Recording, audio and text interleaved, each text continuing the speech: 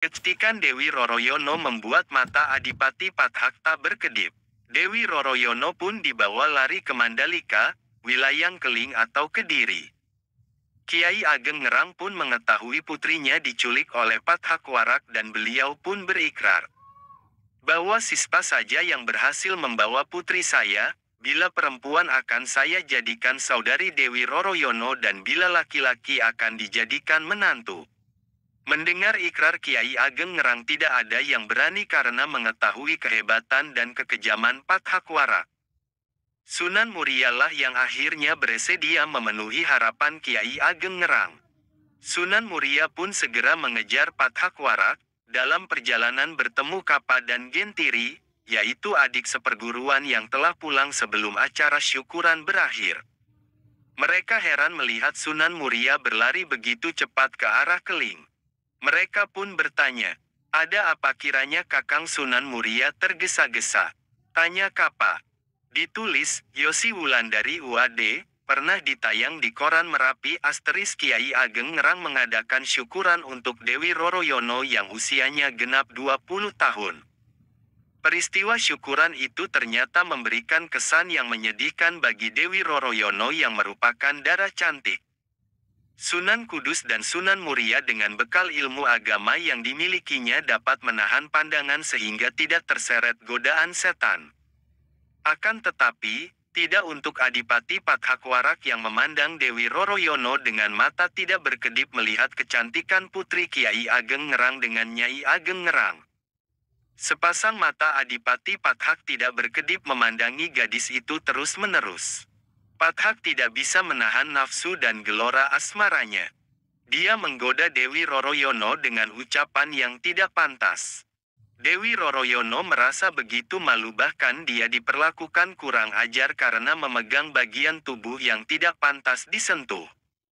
Dewi Roroyono tidak tahan dan naik pitam, minuman yang dibawa sengaja ditumpahkan ke pakaian sang adipati. Pathak Warak tidak terima dan menyumpah-nyumpah, hatinya marah diperlakukan demikian. Para tamu lain pun turut menertawakan kekonyolannya sehingga membuatnya semakin malu. Bahkan, ia hampir ingin menamparkan Dewi Roroyono, tetapi ia ingat Dewi Roroyono putri sang guru. Dewi Roroyono pun segera masuk ke dalam kamarnya dan menangis sejadi-jadinya karena dipermalukan oleh Pathak Warak. Hari pun telah malam dan para tamu dekat telah pulang, tetapi tamu jauh terpaksa menginap di rumah Kiai Ageng Ngerang, termasuk Pathak Warak dan Sunan Muria. Namun hingga lewat tengah malam, Pathak Warak belum bisa memejamkan mata dan niat buruknya pun muncul. Pathak Warak pun mengendap-endap ke kamar Dewi Roroyono. Dewi dibius hingga tidak sadarkan diri dan dibawa lari melalui jendela. Ketikan Dewi Roroyono membuat mata Adipati Pathak tak berkedip. Dewi Roroyono pun dibawa lari ke Mandalika, wilayah Keling atau Kediri. Kiai Ageng Ngerang pun mengetahui putrinya diculik oleh Pathak Warak dan beliau pun berikrar bahwa Sispa saja yang berhasil membawa putri saya, bila perempuan akan saya jadikan saudari Dewi Roroyono dan bila laki-laki akan dijadikan menantu. Mendengar ikrar Kiai Ageng Ngerang tidak ada yang berani karena mengetahui kehebatan dan kekejaman Pathak Warak. Sunan Murialah yang akhirnya bersedia memenuhi harapan Kiai Ageng Ngerang. Sunan Muria pun segera mengejar Pathak Warak, dalam perjalanan bertemu Kapa dan Gentiri, yaitu adik seperguruan yang telah pulang sebelum acara syukuran berakhir. Mereka heran melihat Sunan Muria berlari begitu cepat ke arah Keling. Mereka pun bertanya, ada apa kiranya Kakang Sunan Muria tergesa-gesa? Tanya Kapa. Ditulis, Yosi Wulandari UAD, pernah ditayang di koran Merapi * Kiai Ageng Ngerang mengadakan syukuran untuk Dewi Roroyono yang usianya genap 20 tahun. Peristiwa syukuran itu ternyata memberikan kesan yang menyedihkan bagi Dewi Roroyono yang merupakan darah cantik. Sunan Kudus dan Sunan Muria dengan bekal ilmu agama yang dimilikinya dapat menahan pandangan sehingga tidak terseret godaan setan. Akan tetapi, Tidak untuk Adipati Pathakwarak yang memandang Dewi Roroyono dengan mata tidak berkedip melihat kecantikan putri Kiai Ageng Ngerang dengan Nyai Ageng Ngerang.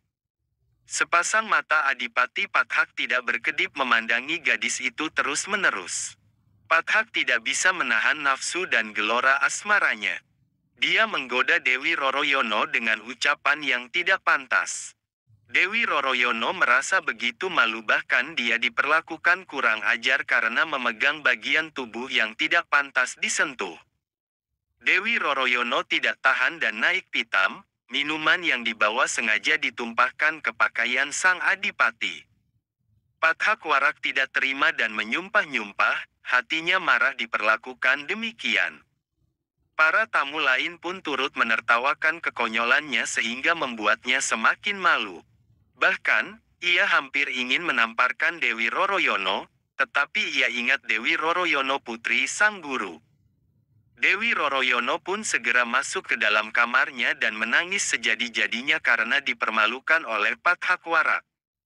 Hari pun telah malam dan para tamu dekat telah pulang, tetapi tamu jauh terpaksa menginap di rumah Kiai Ageng Ngerang, termasuk Pathakwarak dan Sunan Muria. Namun hingga lewat tengah malam, Pathakwarak belum bisa memejamkan mata dan niat buruknya pun muncul. Pathakwarak pun mengendap-endap ke kamar Dewi Roroyono. Dewi dibius hingga tidak sadarkan diri dan dibawa lari melalui jendela. Kecetikan Dewi Roroyono membuat mata Adipati Pathak tak berkedip. Dewi Roroyono pun dibawa lari ke Mandalika, wilayah Keling atau Kediri. Kiai Ageng Ngerang pun mengetahui putrinya diculik oleh Pathakwarak dan beliau pun berikrar bahwa Sispa saja yang berhasil membawa putri saya, bila perempuan akan saya jadikan saudari Dewi Roroyono dan bila laki-laki akan dijadikan menantu. Mendengar ikrar Kiai Ageng Ngerang tidak ada yang berani karena mengetahui kehebatan dan kekejaman Pathakwarak. Sunan Murialah yang akhirnya bersedia memenuhi harapan Kiai Ageng Ngerang. Sunan Muria pun segera mengejar Pathakwarak. Dalam perjalanan bertemu Kapa dan Gentiri, yaitu adik seperguruan yang telah pulang sebelum acara syukuran berakhir. Mereka heran melihat Sunan Muria berlari begitu cepat ke arah Keling. Mereka pun bertanya, "Ada apa?" Kiranya Kakang Sunan Muria tergesa-gesa. Tanya Kapa. Ditulis, Yosi Wulandari UAD, pernah ditayang di koran Merapi * Kiai Ageng Ngerang mengadakan syukuran untuk Dewi Roroyono yang usianya genap 20 tahun. Peristiwa syukuran itu ternyata memberikan kesan yang menyedihkan bagi Dewi Roroyono yang merupakan darah cantik. Sunan Kudus dan Sunan Muria dengan bekal ilmu agama yang dimilikinya dapat menahan pandangan sehingga tidak terseret godaan setan. Akan tetapi, tidak untuk Adipati Pathakwarak yang memandang Dewi Roroyono dengan mata tidak berkedip melihat kecantikan putri Kiai Ageng Ngerang dengan Nyai Ageng Ngerang. Sepasang mata Adipati Pathak tidak berkedip memandangi gadis itu terus-menerus. Pathak tidak bisa menahan nafsu dan gelora asmaranya. Dia menggoda Dewi Roroyono dengan ucapan yang tidak pantas. Dewi Roroyono merasa begitu malu, bahkan dia diperlakukan kurang ajar karena memegang bagian tubuh yang tidak pantas disentuh. Dewi Roroyono tidak tahan dan naik pitam. Minuman yang dibawa sengaja ditumpahkan ke pakaian sang adipati. Pathakwarak tidak terima dan menyumpah-nyumpah, hatinya marah diperlakukan demikian. Para tamu lain pun turut menertawakan kekonyolannya sehingga membuatnya semakin malu. Bahkan, ia hampir ingin menamparkan Dewi Roroyono, tetapi ia ingat Dewi Roroyono putri sang guru. Dewi Roroyono pun segera masuk ke dalam kamarnya dan menangis sejadi-jadinya karena dipermalukan oleh Pathakwarak. Hari pun telah malam dan para tamu dekat telah pulang, tetapi tamu jauh terpaksa menginap di rumah Kiai Ageng Ngerang, termasuk Pathakwarak dan Sunan Muria. Namun hingga lewat tengah malam, Pathakwarak belum bisa memejamkan mata dan niat buruknya pun muncul. Pathakwarak pun mengendap-endap ke kamar Dewi Roroyono. Dewi dibius hingga tidak sadarkan diri dan dibawa lari melalui jendela.